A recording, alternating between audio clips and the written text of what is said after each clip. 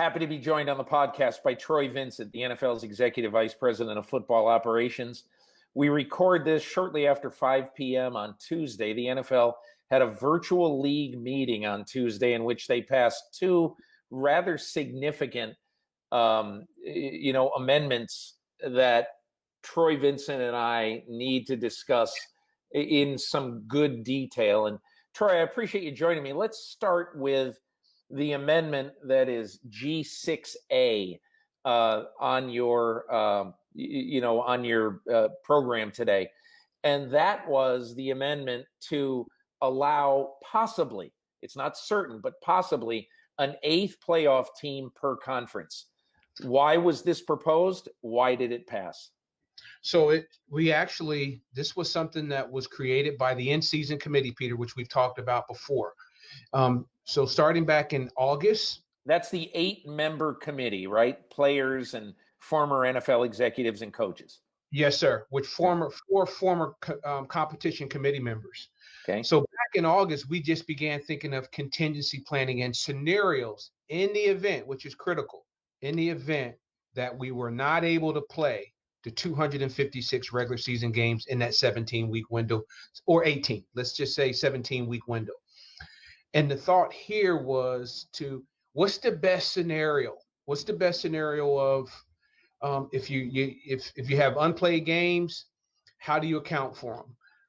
And at the end of the day, Peter, what was passed was really we stayed inside of we added an additional 2 teams, but we went back to the normal format of the division winner.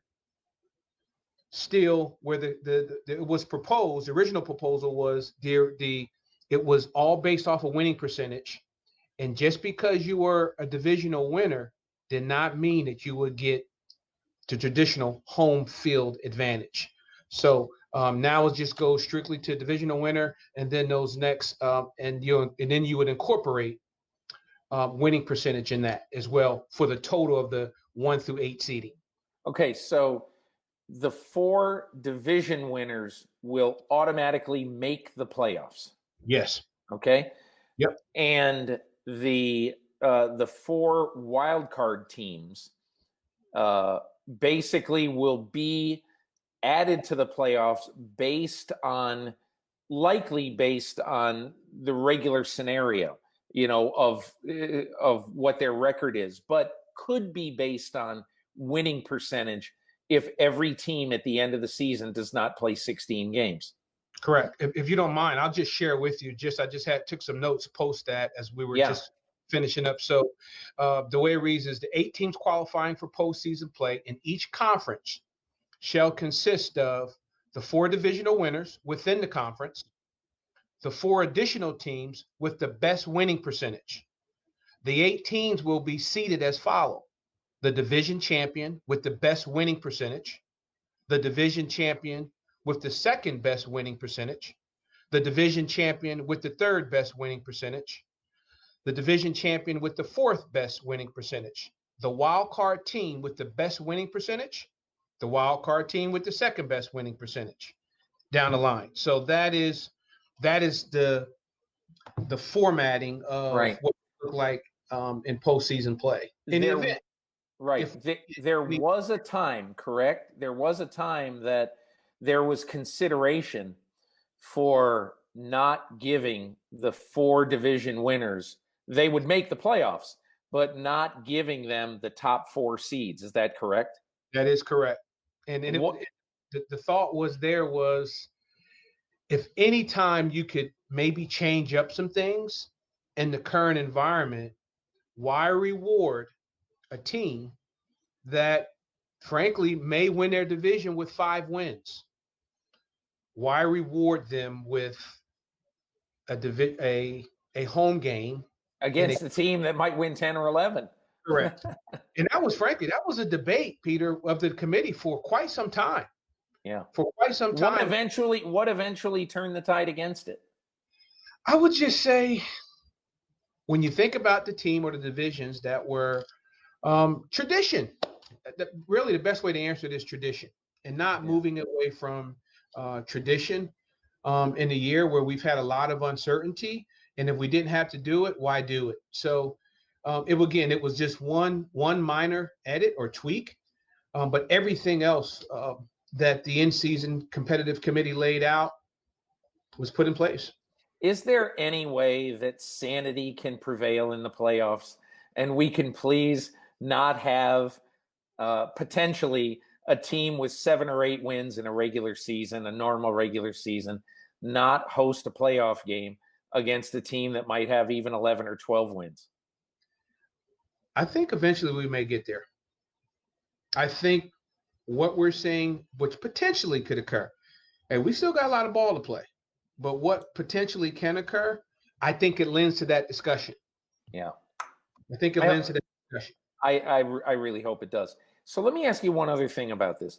You passed this today with the idea that still, the Players Association has to approve this. Is that correct? Yes, sir. Okay, so do you have any significant question whether they might approve this or not? I don't. And it's a contingency plan in a vision in hopes that we don't have to, but we have to do proper planning. Again, you got 2 more teams playing. So as a player, you're feeding the field. So right. I think, again, the executive committee, their leadership, they'll make that decision. But I just can't see why more players wouldn't want to participate. You're adding 2 more teams into that field of play at a chance for the Lombardi Trophy. If I'm a player, my hand's up. I'll tell you, the first thing that went through my mind about this, Troy, is I started to think about how incredibly interesting the weekend of January 10th could be. So normally, historically, the week of January 10th, the first week of the playoff, the wild card week, has had 4 games. This year, if this is passed, to have 8 games on wild card weekend. We rolling, Peter, but that's the beauty of it. I kind of like it. Different, but the no wild card weekend, you going. One is rolling, no buys. You coming right off the regular season. You don't have extra rest. Everybody's banged up. It's you got to rock. Yeah. I'm sure this is way, way, way too early. That wild card weekend, could you see a chance that one of those 8 games or more might be played on Monday night? I think all things are on the table. Very possible. I'm gonna leave that up to Howard and Hans and Howard Katz, your guy. Who the schedule maker. Yes. Look, and in a year like this, you know why I thought of that originally? Because in a year like this, Troy, where you guys have lost, honestly, you've lost multiple billions of dollars in this year because of the pandemic and the fact that so much local revenue for teams is out the window because they're not able to have fans at games. And this, who knows? I have no idea what pick a network, ESPN, I don't know, would end up paying for a wild card game. I mean, who knows? It could defray some of that. But the one other question I have about this is, tell me how the 8 games or the 8 teams in the playoffs, tell me how that is activated for this year's postseason. So the format started with if teams don't play the 256 regular season games. So all this is all triggered by if you have unequal number of games being played, then you go to winning percentage. Right. And that again, and I think it's simple now. Frankly, we've simplified it today when you just talking about the divisional winners, but it is triggered by unequal number of games being played. Right. There could, you look at, last week there was, I think, 56 both players and key personnel in the NFL testing positive. You see the news every day. The epidemic is coming back. And I just think it's almost unrealistic to think there might not be another Tennessee or whatever it is. So there could well be a need for. Us. I know. I'm just, hey, look, I'm just being real. But Week 10 last night. What's that? Week 10 kicked off. I know. So anyway, tell me this. Just tell me, I would assume that you would not necessarily be inclined. Let's say you had 3 games to make up that might require a week 18. Would you be less inclined if those teams basically, if they were not playing for any playoff, ramifications? Yeah, so that was discussed, Peter, and frankly, that was one of the things that I discussed in my opening remarks, was to give the commissioner and his office the ability to reserve week 18 as a potential week. We've been using the term of like a play-in, but if you're not in that winning percentage to seed you, that has been a discussion, but we really want to preserve the week 18 for those who may be in that playoff potentially field. Yeah, it doesn't make sense, and I won't, whatever it is. I mean, if Philadelphia and the Giants are playing, I think in week 18 or week 17, and for the sake of argument, if they weren't able to play because of whatever, it almost really doesn't make a lot of sense to have them play, even if, let's say, Philadelphia wins the division. If the Giants aren't playing for anything and the Eagles are going to win the division anyway, that's the kind of thing that I say, why is there such a rush to play this game? Now, I guess if there's 7 other games you have to play, maybe you'd play it anyway, but yeah. So, Peter, one thing also, which is why the PA must agree with this, because if that is the case, what do you do? Because if you don't pay, you don't play. You don't pay. Yeah. You don't pay. So I just think that is something that I'm confident that both D and Commissioner will work out. But those are some of the things that are still left to just be discussed. Hopefully we don't get there. Right. Okay. In our time remaining, let's talk about the other major thing you passed, the bylaw JC2A, which essentially, and I'll use a real world example. If Kansas City offensive coordinator Eric Bieniemy, who is black, gets a head coaching job somewhere in the league, the team that hires Eric Bieniemy does not get a benefit from that. But the team that loses Eric Bieniemy and has to replace Eric Bieniemy after developing Eric Bieniemy gets 2 third-round draft choices. Give me your view about why you believe that this is going to have some sort of positive impact on the minority hiring issue. Well, I think it's part of the collection of things that were put in place. And I just look at it, I'm going to use this term this evening, like we've really had a complete reform around our hiring practices. So when you think about the anti-tampering, what we did there with club structure, roles and responsibilities being clearly defined, you think about our media policy to garner more exposure for minority candidates, the Rooney Rule, expanding the Rooney Rule. Now you add the resolution G6A, which is the rewards, the 7-point mobility plan, which we've talked about. I think the collection of all of these things, the effort is there. We just need to see this come to pass. I think everything has been in place. It's been a complete reform of the system. But we want to make sure, and this one, we went back to its original roots. It's the original concept, which is reward the team that has identified and developed. It took another course a few months back when it started talking about incentives. Nope, this is clean. If you've identified, you've developed, and he's been with you, either him or her has been with your club for a minimum of 2 seasons, you now get rewarded for the development of that employee. So I think it's clean, Peter. I really, just based off of being part of each discussion, it complements the entire system that has been put in place, or at least set forth.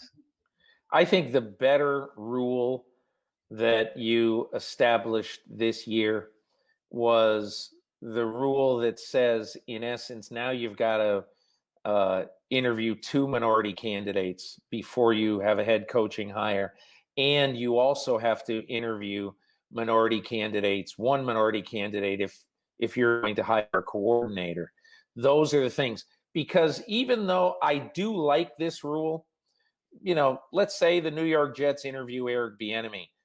I mean, and again, I'm not saying they don't care, but they're not going to be incentivized to hire Eric Bieniemy in any way over, let's say, a white assistant coach, because they don't get anything out of that. The Chiefs do, but it doesn't really matter for the Jets. But I do think what you're saying is correct, that the entirety of this is better than it was a year ago.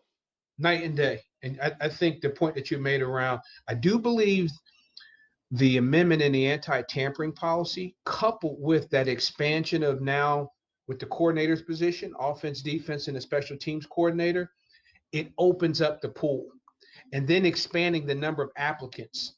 So now we believe that the clubs will exceed the 2, which is a good thing. But now you have the 2 for the head coach, 1 for GM. I mean, for position coaches, coordinator position.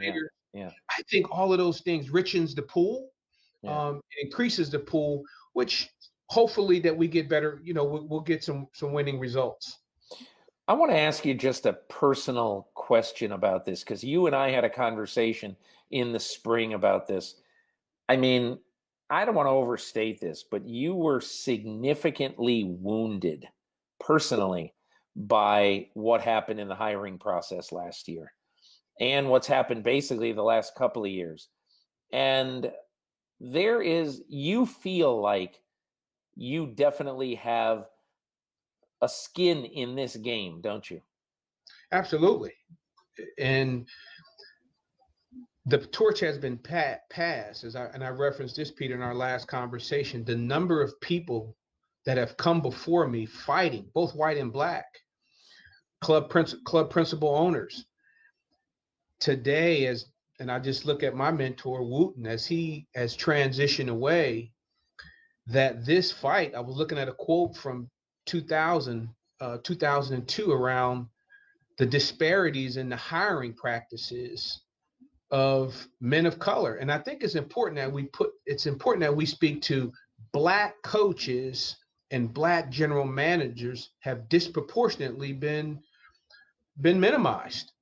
And yes, it's personal, because when I see, and I think when our game sees that the best that we have, from your Jim Caldwells, your Jerry Reeses, the Rick Smiths, when these individuals, the Reggie McKenzies, when these individuals are not getting an opportunity, that's not in the best interest of the game. So it has to be personal to everybody, because this is our issue. And I just hope that other people feel the same way I feel, because it makes our game better. When these individuals are part of the game, our game is better, it's more competitive. And that's what's, frankly, it's hurtful when you see, and I've shared this with the commissioner, when the best aren't getting an opportunity, we got challenges. You know what I find interesting about this issue is that, I look back to when Mike Tomlin got the job in Pittsburgh in 2007. And what I find so interesting about that is, I talked to Art Rooney about this, the Steelers owner, last week. And Art Rooney did not know Mike Tomlin when he walked into his office for an interview. Dan Rooney did not know Mike Tomlin. They had been told by a couple of people, including Tony Dungy, you really should talk to this guy. He is impressive. They didn't know him at all. And, Dan, you knew Dan Rooney, obviously. To me, he is one of the most real and open-minded people I've met in my life. And what I find so interesting about this, and why I believe the Rooney Rule at its heart is such a great rule. It doesn't work all the time, but when it does work, it's really good. And Mike Tomlin getting the Steeler job, the reason that worked is that the two guys who were going to make the decision, Art Rooney, Dan Rooney, had never met Mike Tomlin, didn't know him at all. But Mike Tomlin sat in there for 2.5 hours. And he stated his case about why he should be the next guy to lead the Pittsburgh Steelers for, Nolan Cowher, the guy to lead the Steelers for the next 10 or 15 years. And they were so impressed afterwards that Dan Rooney picked up the phone, called Tony Dungy, and he goes, I mean, we didn't know anything about this guy, but I'll tell you, he's a real candidate. We got to have a long conversation. And at the time, Tony's coaching Tampa or Tony's coaching Indianapolis, and they're in the playoffs. But Tony takes the time that day to talk to him at length about him. And to me, that is really neat. When you say, well, we've got an open mind, I mean, really, do you have an open mind? That to me is vitally important. So, Peter, one other thing I would just, as we're in preparation for this conversation here, I just went back and just looked, because I'm constantly reminded, when I look at, there were three people, three coaches, three black coaches that got interviewed last year, and it was five head coaching jobs. The Eric Bieniemy, Marvin Lewis, and Chris Richard. I mean, yeah. Are you kidding me? Yeah. And Eric was the only one who had, multiple teams. And I look at their counterparts, I'm looking at 15, 16 different people. That's not what's best for the game. And the same thing applied for the general manager's position. I can go back multiple years. This is not the best representation of the National Football League. Yeah. So, but we all have to work towards it. And I must say, and I said this, what Commissioner and Chairman Rooney and the committee with John Mara, Ozzie, Kim Bagula, Michael Bidwell, George McCaskey, Javier Loya, and Arthur Blank, they challenged us. So I'm going to use that term. There was a complete reform of this system. That anti-tampering policy, when we put it on the floor, we had someone say on the floor, I have seen this over the last 30 years. That was a comment that was made. And the anti-tampering rule basically is that you can't hire somebody. You can invent these titles, right? Correct. Which teams have done forever to prevent you from stealing their guys. Correct. And when you hear that, you go, the resolution's on the table, and go, discussion. Well, we have seen this for the last 30 years in some kind of way, shape, or form. Why are we doing this? But to the credit, they pushed it through, and it went through. That was significant. There is no way Deuce Daly, my former teammate, should have been denied a offensive coordinator position because he carried the title of assistant head coach, but he's the running back coach in Philadelphia. Yeah. So I just think the collection of all of the things that were put in place, even the most say, well, why would you change the media policy? Because it's significant when people have an opportunity for other folks to, get in front of the camera, the podium, and talk about what they do, game planning, how they develop players. All of those little things add up. And today, I believe it's a part of that collection of the overall efforts. I think it's good. I think we're moving in the right direction. Do you personally have a goal for this off season? And I'll just pick if there are 6 openings for coaches, do you have a number in your head that you'd really like to see for that minority coaches? How many minority coaches would get hired? No, sir. And that question, Stephen, I hear people say, well, should we look at the population rate of blacks at 13%? Should we look at the number of blacks, the 77 to 80% of blacks, and should that be no? In the NFL, you mean players in the NFL? Right, yeah. In the NFL. Why have a glass ceiling? Just hire the best people. Yeah. Interview the best people and make a good football decision. But you can't tell me Eric Bieniemy, Todd Bowles, Jim Caldwell, Tony Elliott, Leslie Frazier, Pep Hamilton, Byron Leftwich, Marvin Lewis, Coach Saleh, Mel Tucker. These men are ready. You can't tell me they're not ready. At minimum, should not be receiving a call for an interview. Right. So, I'm hoping that these things change. On the GM front, I just got to share it.